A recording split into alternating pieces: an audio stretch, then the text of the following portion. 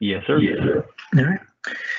Okay, everyone. So next up, we have Johnny Lopez, and he is an Office 365 and SharePoint evangelist. And he is going to be talking to us about the Center of Excellence Starter Kit. Thank you. Good afternoon, everyone. Thank you for joining us. Today we're at the M365 Philly virtual event in 2020. Today we're going to be talking about understanding the COE Starter Kit for the Power Platform. First of all, I want to like to thank our sponsors. Excuse me, go back. Thank our sponsors today for Soho Dragon and the Tri-State Office 365 user group, and also the tech platform. Without the sponsorship and the organizers and the producers and everyone that put a lot of hard work into this conference, we thank them and we appreciate their work. My name is Johnny Lopez. I'm a managing consultant for a company called Catapult. I am an Office 365 and Power Platform community leader in Houston. I manage the Houston Office 365 community as president and also the Office 365 Saturday. And then I co-lead the Houston Power Platform user group here in Houston, Texas.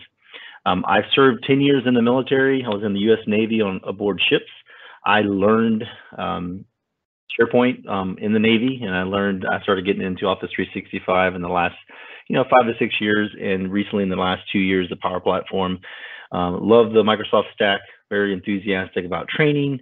I enjoy playing sports, watching sports, spending time with my kids, and those different types of things. So some of the things I specialize in is around Office 365 or, Office 365 deployments, SharePoint, OneDrive, building Power Apps, Power Automate, and managing and supporting the Power Platform. Very enthusiastic about that, and I enjoy doing that as well. So the agenda today, this session will take a deep dive into the COE Starter Kit and explain the components around the Starter Kit, from administration to governance to nurturing. There's a new thing around theming, and we'll talk about that. And I'll give you some operational strategies and understandings from a large organization perspective, and going from there. So today we will not install anything. I'll go through some of the steps around governance and nurturing components, but I will talk about installing the core components.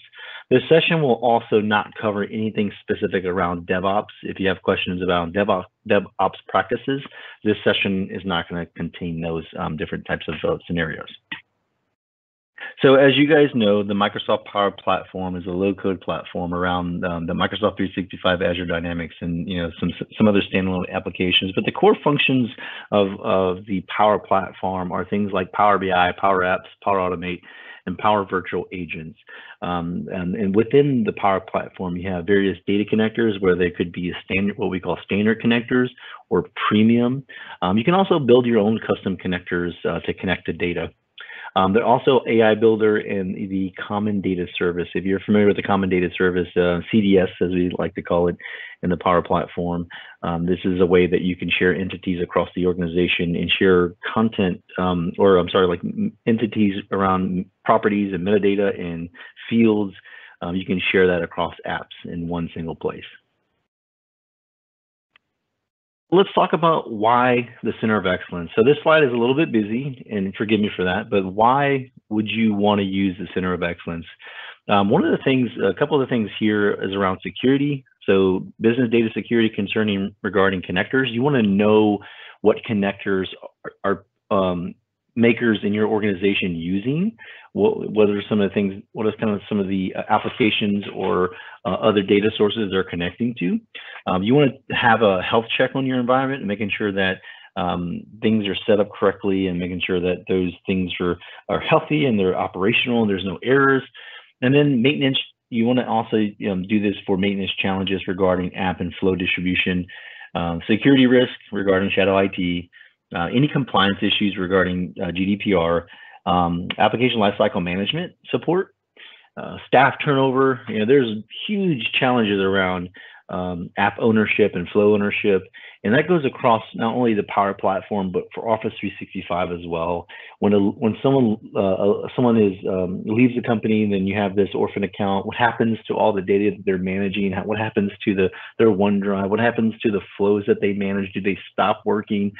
So the staff turnover challenges regarding app and flow ownership is huge, and this is one of the reasons why you should install the Center of Excellence in your environment. And then the last thing is information risk management. So making sure that there's data loss prevention policies out there to help prevent data leakage and those different types of things around your connectors and your apps and your flows and whatnot. So let's talk about some of the prerequisites for installing the Center of Excellence Starter Kit as it comes to the solution. So some of the prerequisites is you need an admin account. So that admin account has to have access to the Power Platform Service Admin role, a Global Tenant Admin, or Dynamics 365 Service Admin. That account is the main account that you want to set up for the Power Platform Center of Excellence. The other thing you need is a Power App Premium license, whether it's a per app, per user model, or a Dynamic 365 online license. That admin account has to have a premium license in order to run the Center of Excellence.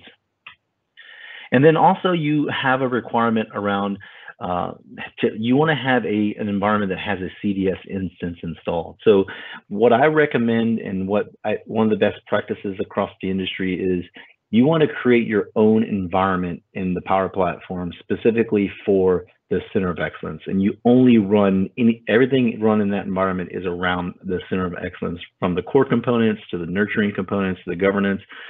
Those things are ran in that single environment that has a CDS instance. So when you're creating the environment, you will you can actually check a box that says, hey, I want a CDS instance created when you provision this environment.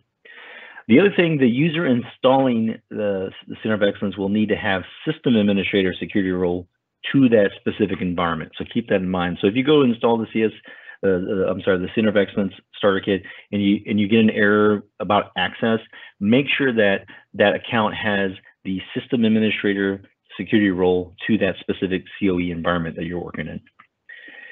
And the other thing, the next step is that, hey, download the solution. Go to aka.ms/COE Starter Kit and download the binaries that you need to start your install.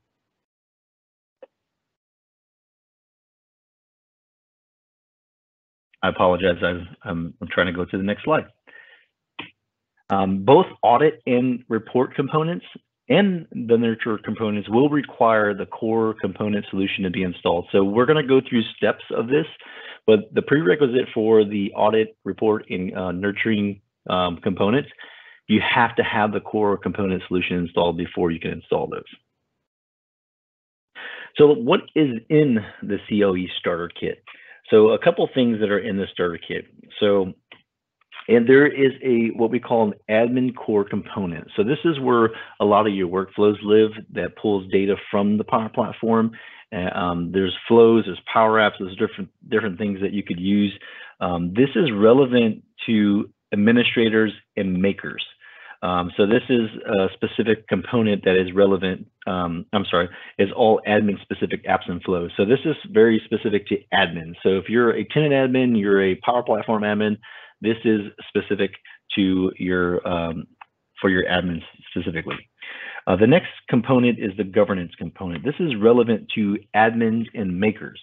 So the governance components that you can use, you can extend that to makers and have a lifecycle processes around that. So makers can manage their apps and manage their flows in the Starter Kit itself. And then the nurturing components, that is for everyone. The nurturing components are relevant to everyone in the organization, whether you're an admin, maker, the users for apps and flows as well. So those components that are built in, and we'll talk about what components they are. Those components are built in are specifically relevant to everyone. There's two other things that are in the admin bucket here. The audit log sync, audit log connector is the audit log sync flow that connects the Office 365 log to gather telemetry data, which is unique to users, and it when users launch apps and whatever the case is for apps specifically. And then this flow is a custom connector to connect to the Office 365 audit log. So if you're familiar with the unified logging in Office 365, this specific connector connects to that and pulls data into the COE Starter Kit. And then also there's a Power BI dashboard specifically around providing a holistic view with the visualizations and insights into resources in your tenant, like environments. There's apps and there's Power Automate flows, there's connectors. There's also connection references that show up in this as well on this dashboard. And it also shows you how many makers that you have and how many, and it also shows some of the audit log data. So this Power BI dashboard is very powerful, and I have an example of one in the presentation that I'll show you. But these are the different components. There is a new component that's called theme, the theme component, and we'll talk about that here in this presentation as well. So here's another example of the Center of Excellence Starter Kit components. There's a way for you to secure. There's a section for securing, for monitoring, for alert and action, and then also for the evangelizing and training part. But as you can see here in this specific presentation, we're going to talk about the DLP editor, which is a Canvas app, and the DLP customizer. So DLP is the data loss prevention piece of the Starter Kit that will help you with identifying what connectors are available and what connectors can be consumed by which environment and which makers, those different types of things. We're going to look at the Power BI dashboard, the custom connector for the Office 365 audit logs, and then there is a Power Platform admin view Canvas app that is really nice that you can see. We'll take a little bit deeper dive into that. And then one of the things I always like to talk about is the Set New App Owner Canvas app. This is a nice tool that allows you to change the owner of an app, and a Power App or a Flow as well. So it allows you to, if you have someone that left the company and their account gets deprecated or whatever the case is, you can go into this app and change the owner of the app or the flow. And this helps you with any interruptions with, if you have a flow that's running every hour to collect data and the account gets disabled for whatever reason, that data flow stops. So this will help you prevent and quickly administrate the lever situation that you have in your organization. And notice here, there's lots of other things. We don't, in the matter of time, we don't have time to go through all of them. But one of the things I like to encourage is to set up your welcome email for new makers. So there's a flow that runs that when there's a new person in your organization that creates a Power App or a flow, it will send them an email and welcome them. And it's a nice little custom template that shows some information. And I'll show you a little bit further down in the presentation what that looks like. So let's get into, you had a question? I was, there's a request if you could move that little box on the bottom right. Oh, yeah, absolutely. Thank you. So let's talk about the core components. So these components provide the core elements to get started with setting up the COE. And this also, they sync all of your resources into entities and build admin apps on top of that to help you get more visibility of what apps and flows and makers are in your environment. Also, the apps like the DLP editor and the new app owner help with daily admin tasks. So the core component solution only contains assets relevant to admins. So notice here under the catalog tenant resources, we have some common data service entities like environments, apps, flows, and more. The next line here, the admin sync template version 2. This is all the apps, flows, flow action details, custom connectors, model-driven apps are ran by this specific flow, and it gathers the data, brings it into the Center of Excellence core components.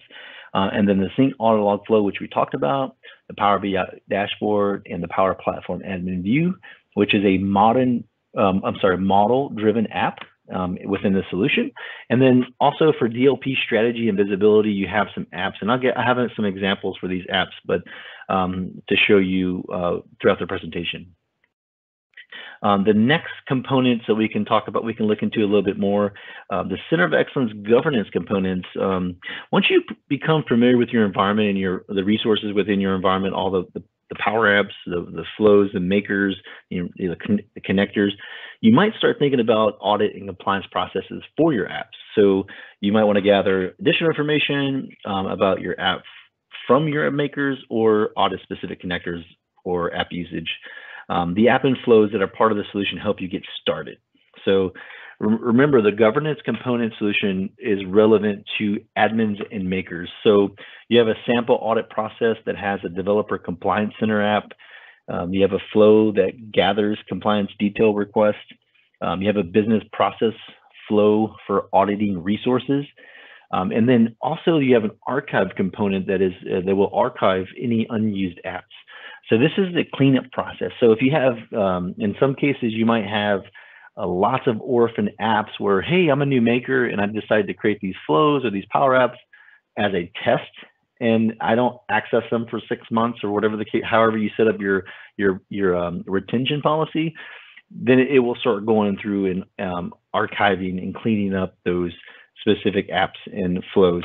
But notice here there's an approval and a check process that it goes through. So you set that up and it will notify the owner or the maker and say, hey, you haven't used this in 6 months. Do you want to delete it? Yes. Click here, and then automation goes and deletes it. So it's really nice. And then the app archive and cleanup view is a model-driven app that those makers have access to be able to see the information around their app.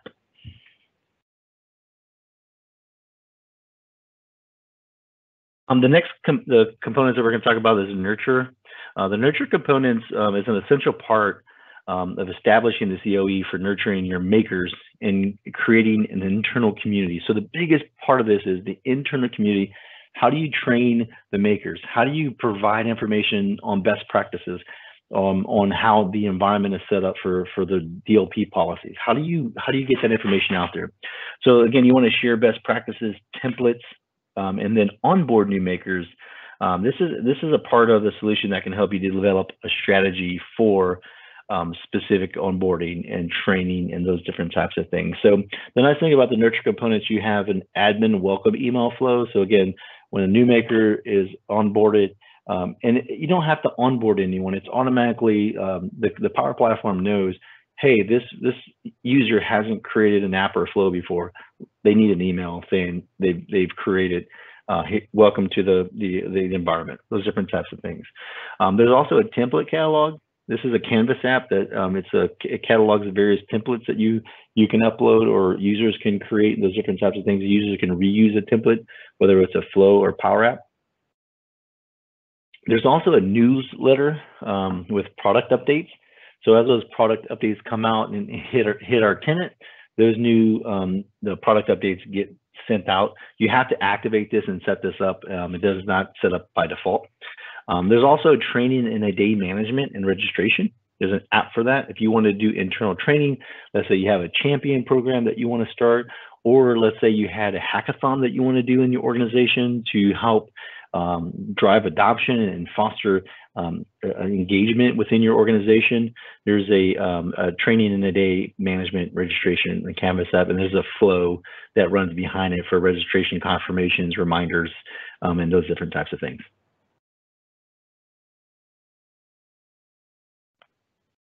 Again, and there's an app to encourage adoption. It's the app catalog, so you can promote apps to a catalog, and they will be available for other folks to consume, use, those different types of things. Okay, let's talk about the new theming component. So this is new. There's 3 areas to this. There's a theme editor, a theme gallery, and a shared component library. Excuse me.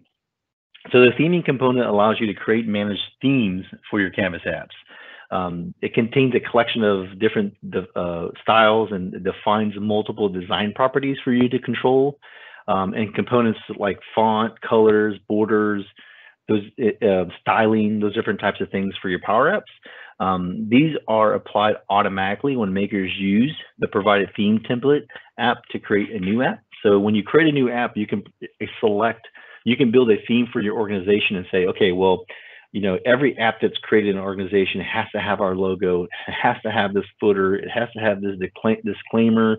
You can create a theming template, and every user that creates a new app will have to apply that theme to that template. So you have certain colors that you want to use because it's your organizational standard or your branding guidelines. So you can use the theming component to establish that consistency, and then you have those controls and components that are theming your apps. It just ensures makers can focus on what matters, which is the business logic and the problem they're trying to solve. And if you have a design team or UX team or UI team that already built a bunch of themes that can be consumed by the makers, they can focus their time on building those business logics and the business logic around their problem. So it's a consistent experience when using the app as well.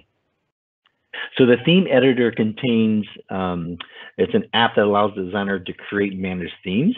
It contains a collection of styles. It defines the design properties control components, like I said, colors, fonts, and borders. The permission to use the permission is specifically around, you have to share the theme editor with your designers. So not everyone just gets added to this. So you have to share the theme editor. And the prerequisite for the theme editor is it does use a common data service. Keep in mind the CDS is used, and a premium license is required for every app user. It is a premium component. Just keep that in mind. The theme gallery is another app that app makers can use to browse existing themes and download a corresponding template, either to their phone or the tablet layouts. Those different types of layouts, you can download the templates for those. Again, this is a shared theme gallery with your makers in the organization, and then the app again uses the CDS, and a premium license is required at this time. But makers can get an overview and browse all available themes that have been created, which is a really nice way to share themes and ideas and those different types of things.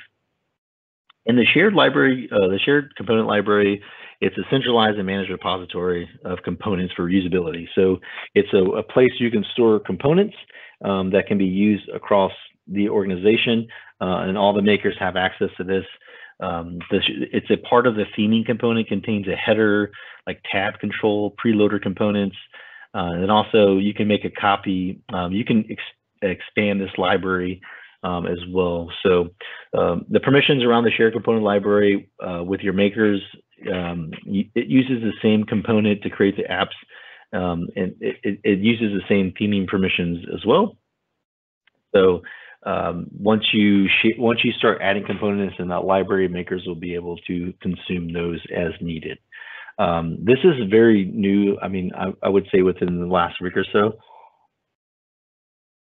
So if you have any comments and questions around that, definitely reach out. You can follow, I forgot to mention this before, you can follow me on Twitter. I tweet a bunch of things around the Power Platform as well. But I'm really interested in getting the deeper dive into the theming components and how they can definitely be inspired in your organization. So let's talk about setting up the core components. So setting up the core components, like we said before, we want to create a new environment that's dedicated to the COE, and then make sure the CDS is enabled. And I would leave the sample apps and data out of it. Don't associate sample content within the COE. It just makes it a lot more difficult to manage, because there's all these sample apps, and there's sample data that gets written in, and it will miscue your numbers on your the number of makers and number of apps are out there if you add the sample data. So keep that in mind. Once you download and extract the COE Starter Kit, you need to import the solution at the Power Apps homepage by clicking on the solutions, then import. Once you import the Center of Excellence core components solution, and make sure you publish all customizations. Once you import that core component solution, the second step you should do is publish all customizations for that specific solution. The next thing we want to do is update the environment variables. So CDS, there's specific environment variables that you want to update. One of them is the admin email. This is the email address used in the flows to send notifications to admins. This should be either your email address or a distribution list. So this is something that you would want to set up so all the admins would get notifications when things are addressed or used, or any notifications of new reports, those different types of. This is an administrative task. There's also an email header style. This is CSS style that used to make, it creates a format that for emails that are sent to admins and makers. A default value is provided, but you can go there and make changes if you want. And then there's also a Power Automate environment variable that you have to set. The nice thing about those 3 items here is there is there's a default on the email header style. There's not a default on the admin email. You have to provide that. And then on the Power Automate environment variable, this is what they're looking for. So if your tenant or your tenant's in the U.S. or the environment is in the U.S. or EMEA or GCC, this is what the variable is. So you have 3 choices. There might be a 4th, but you have these 3 choices to provide for that Power Automate environment variable. So as you can see here, it's provided in the slide, and there's documentation around this as well. It's in the instructions, so keep in mind it is in the instructions for that. So the next thing, we want to configure the COE Setting Entity. What that is you want to navigate to the Power App for the platform admin view, and then click on Configure Asset Space. And this is where you can go and actually provision your company name, your brand logo, the coloring. If you have a specific email that you want to use for end user support, you can have an email maker support as well. What tenant type? If you don't have, I would recommend, if you use Yammer and you don't have a community, create Yammer communities for this, or a private team space for the community, or public if you like, to start getting some traction around adoption. It's very important to have those communication channels where you can use, you can display your branding guidelines, and you can have open forums and those different types of things. So once you configure the COE Settings Entity, the next thing we do in this is we activate the sync template flows. So when you install this package, you get a list of a bunch of flows, and we talked about them in the previous slides. But now it's time, once you get them installed into the environment, you have to go and activate them. And what the process to activate them is very, it's time consuming, but it's worth it. And one of the things that you have to do on a lot of these flows and these Power Apps is you have to go enable the connection. So anytime you create a connection, you have to have a user account. This is where you use that admin account to enable the connection, so that app or that flow can talk to the connection and have that open communication. So the first thing we want to talk about is the admin sync template. This is scheduled daily by default, but you can change it if needed. So this flow syncs environment data to the COE CDS entity. So this is for all the environment details, specifically the environment. The sync template 2 that syncs the apps, the custom connectors, the flows, the model-driven apps. Also, this relies that when you sync this, the flow relies on the admin. It relies on the first flow to run. So this is why you have to do it in a specific order, because the flows that are coming up here, that first flow has to run in order for the data to be triggered automatically when that environment is created and either modified, or these apps are created or modified. This is a the first one is a prerequisite to this one. These flows crawl the environment resources and store data in the Power App flow connection reference and maker entities. So keep that in mind. So the next flow that you want to work on, this is the action detail flows. So this flow stores all triggers and actions from the Power Platform or Power Automate flows in your tenant. The next one is the connectors. This is scheduled daily by default. This one stores all the connector information in the CDS for Power App connector entities. So this is going through and looking at all the connectors, whether they're custom, they're standard, they're premium connectors. It goes and grabs those connectors and store that data in CDS for reporting. And the next one is the sync flow errors. So if there are any errors out there, Any of the flows fail.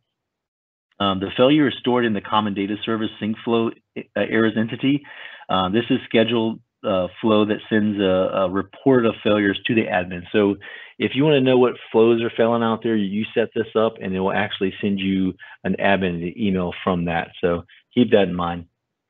This is if you're a Power Platform administrator and you want to know those errors, you can set this up and it will send you an email. For these connections, you must establish a connection for each flow before you can start them. Navigate to the solution to get the flows running. Sorry, need to turn off my chat there. So the next step is we want to add a connection where required on each flow. This is what we're talking about. So if you open these flow templates up, you will notice that there's connections that are required. So all we do on these flows is we go through the entire flow, all the actions and the conditions, and we add the connection with the account that has access to all the environmental data. So keep that in mind. So that's again, it's an easy step to do, but it's time consuming. Some of these are very big flows that have a lot of logic, so you have to make sure, and the flow will not let you save or turn on until all these connections are created and saved into the flow itself. So keep that in mind. The next thing we're talking about is the Power Platform Admin View. This is that model-driven app that we were talking about. This is an app that is part of the core components. This app will help you with application lifecycle management. This is where you can go to highlight app in the catalog. This is where makers can go and add the details of the app itself. So this is where you kind of manage the app centrally, not from the app itself, but from an administrative governance perspective. This is where you go and manage that. So again, it provides an interface to where you can browse items. In the Common Data Service Custom Entities, it provides access to view and forms and whatnot. So the next thing we'll talk about is DLP Editor. This is a Canvas app that reads and updates data loss prevention policies while showing a list of apps that are affected by the policy configurations. So again, if you're not familiar with the DLP Editor or DLP Policies, this is where you're pretty much what you're saying is in this environment, the makers can use these type of connectors. That's what it's saying in the environment itself. The next thing is a DLP Customizer. This is a Canvas app you can use to add custom connectors to the business data group of a DLP policy.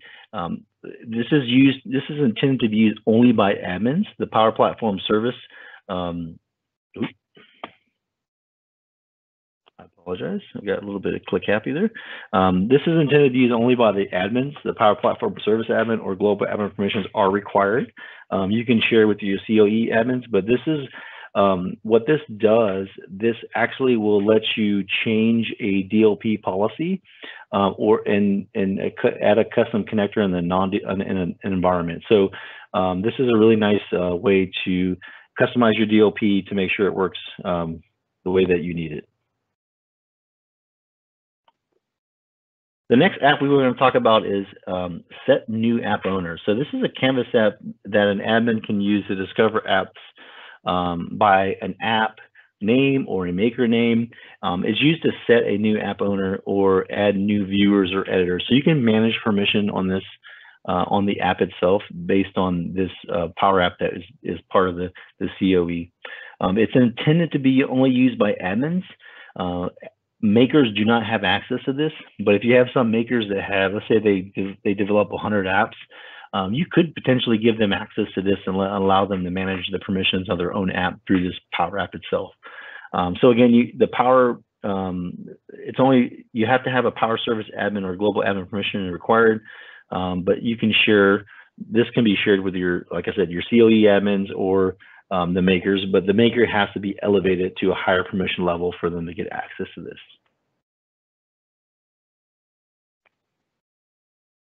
Okay, so the next thing that we're going to talk about is we're going to talk about securing your tenant. So one of the things about the Power Platform, and not only from a COE perspective, but from a little bit of governance, we're going to talk about securing your tenant and making sure that your environments are set up, your DLP policies are correct. Because without that information, the COE toolkit, it's really going to just give you insights, but you have to do some work after the fact too as well. So let's just say the COE toolkit gives you the starter kit gives you some information about DLP policy that needs to be changed. Well, what does that do if you change it? So we're going to get into a little bit of more governance in this section. So we're going to talk about securing your tenant around environments. So environments are containers that administrators can use to manage apps, flows, connectors, and other assets, along with permissions to allow users to use resources. So in this image here, at the highest level, you have your Azure AD tenant. And then within that tenant, on your Power Platform tenant, you can have different environments. So if you're using a DevOps model, you can create an environment for dev, you can create an environment for test and production, or you can just have specific environments for specific business functions, or maybe you have functions that so you can have a power user environment, you can have champion environment, you can have a test environment for your admins. So there's all different types of scenarios where you can have different environments. But again, it's to allow the organizational users to use resources and contain certain policies around that. Some of the environment key facts. Environments are tied to a geographical location that is configured at the time the environment is created. Environments can be used to target different audiences or for different purposes such as dev, test, and production. Every tenant has a default environment, keep that in mind. And then also non-default environments offer more control around permissions by allowing only certain people to create flows and power apps in that specific environment. And then also, again, the environment creation can be restricted. So one of the things is not everyone in your organization can create an environment. So keep that in mind. You want to lock that down and make sure that only certain folks within the Power Platform can create environments for their use. Don't open it where everyone can create their own environment. You'll get a lot of sprawl, you get a lot of orphan environments. You might get some problems with DLP policies and those different types of things. So keep that in mind. And this is what the setting looks like when you go and create an environment. You go create the environment, and after that, you can actually specify who can create environments, who can create production environments, and who can create trial environments. And most organizations that I've worked with will not allow trial environments. We, let everyone know that to use the community plan, see if they want a trial or test environment. That's a way for them to have their own specific environment where they can do whatever they want.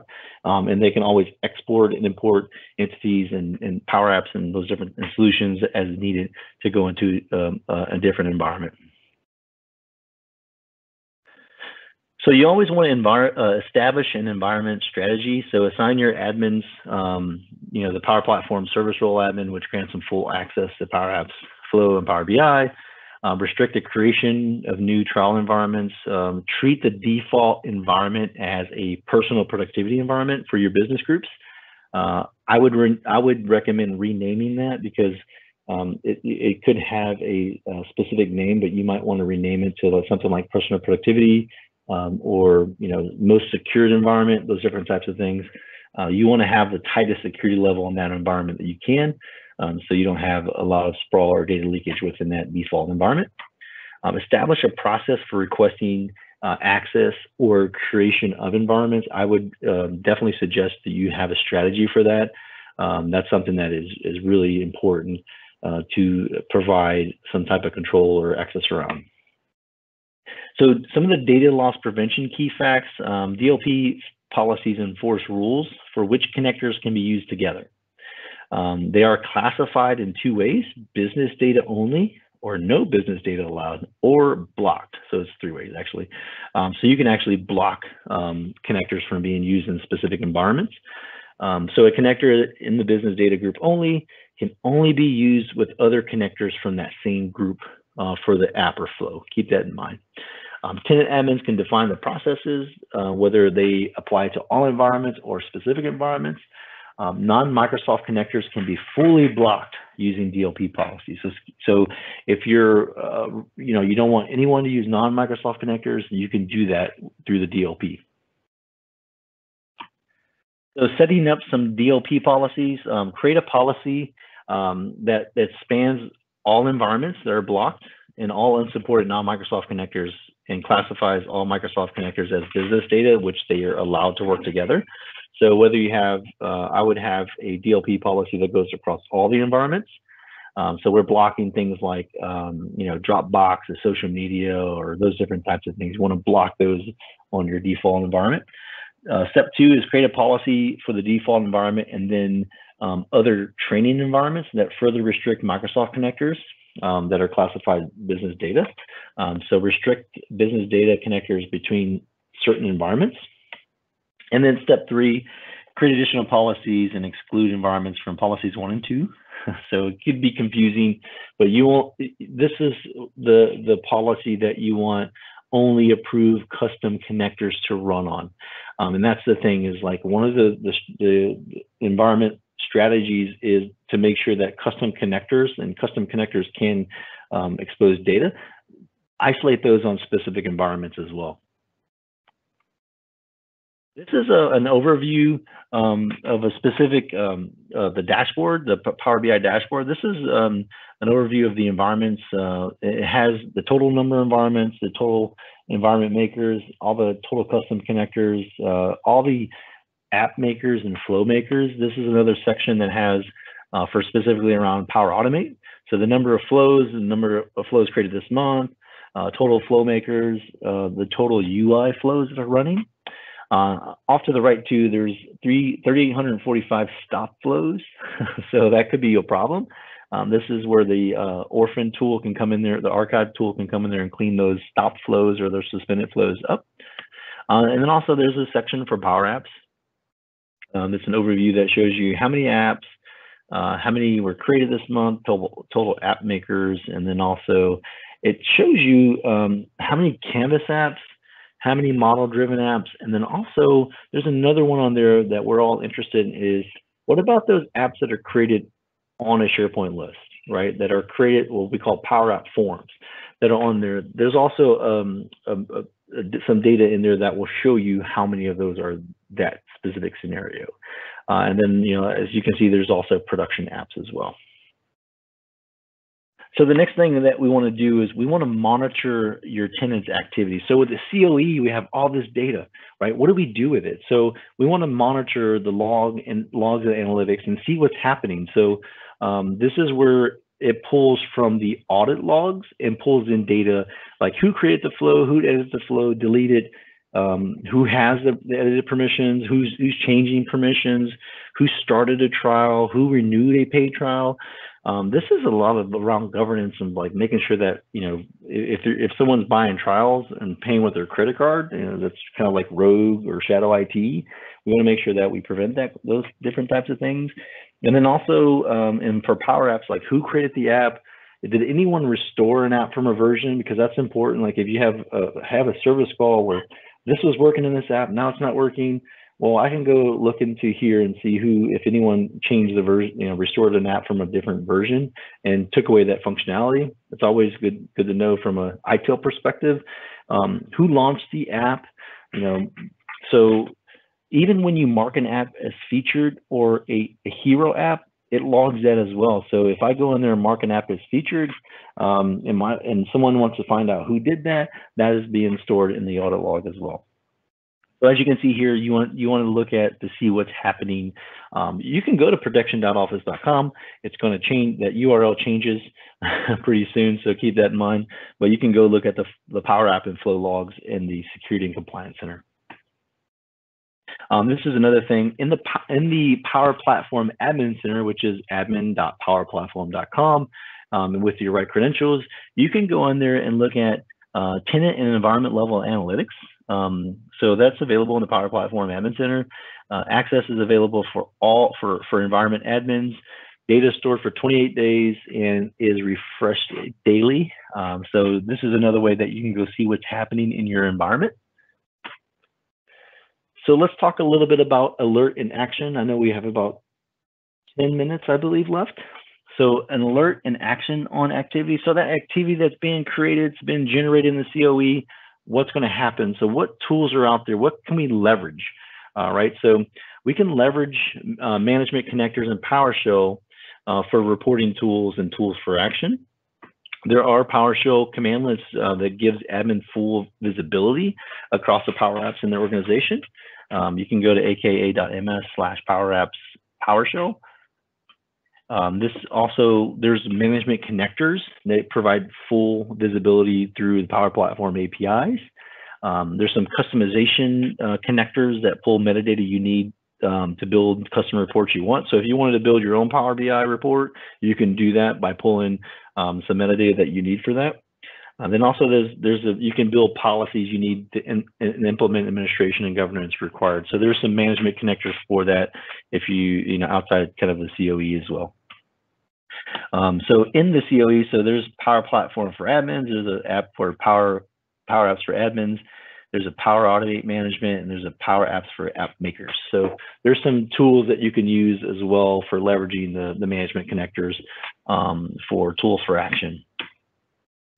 You want to establish and automate your audit process, so you can create your own workflows to do that if you want, using the management connectors that permit or restrict behavior based on your organizational policies. The COE Starter Kit comes with its own audit workflow template, so keep that in mind too as well. So there's a Canvas app, a specific connector usage, and there's also a newly added connector. So you can build your own if you'd like outside the COE. I don't recommend it, but this is just, you want to establish and automate your audit process. And within the Power App community engagement piece here, as you can see here, you can validate maker business requirements. So you can put it through that application lifecycle management within this environment, and also give them access to make sure that the makers validate their business requirements. They're keeping all the app data up to date. If they have any notes, the release notes, those different types of things, you can manage that in the COE as well.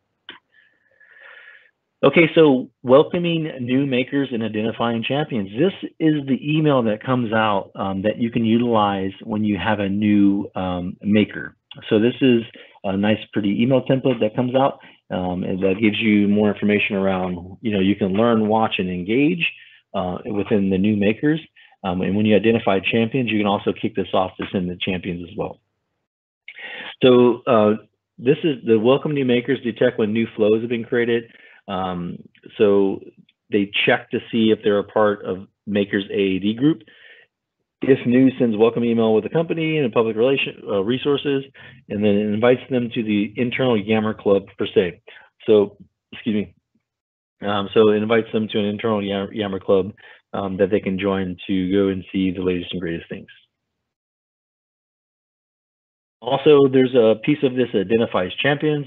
Anytime someone creates a new flow, Power Apps or Connectors Digest, they can get sent a daily email digest. There's some oversight content that's sent out there, and there's some more. There's a Makers Digest that empowers new users to do more things and to build their own network within their Makers section here. So if they have you can have a DevOps network, you can have a finance network, you can have networks for champions across the entire platform.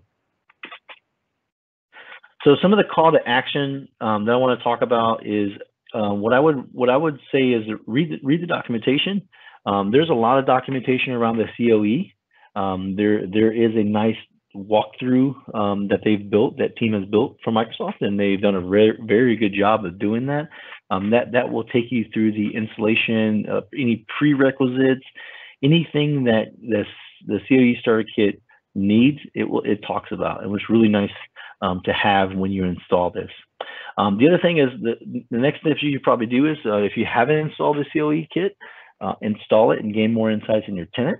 And then also think about how ways you can customize the COE. Again, Microsoft starts you off and provides you a good foundation. How do you take that to the next level? How do you really look at return on investment within your organization based on how many makers you have, based on relevant apps, based on those different types of things? Think how you can further customize it. And then if you have any other ideas, you know, go to the let us know. Let us know if you have any ideas. Let Microsoft know that you have other ideas in the admin or governance channels that you have and provided. So even the same thing, if you have makers that have further ideas around DLP policies, around connectors, those different types of things, open that channel, open that engagement. It's really, really good for you guys to engage into that. Okay, in closing, in this session, we discussed the following things. We talked about, I gave you an introduction of the COE Starter Kit. We went through the administration, governance, nurturing, and theming components. We talked about some best practices for installing the CO kit. And then also some operational strategies built by experience and usage of the starter kit. So there's some things that just a lot of things here to think about, and there's some things that you can take with you.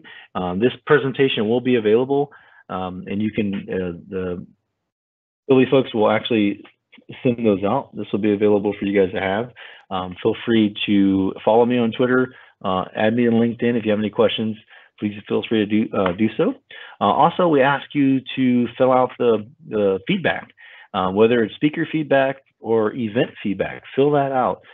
Get us talking. I produce events as well, and that feedback it's just so valuable for our success and for us and for other folks to provide better if we need to. So please provide feedback as needed and as welcome.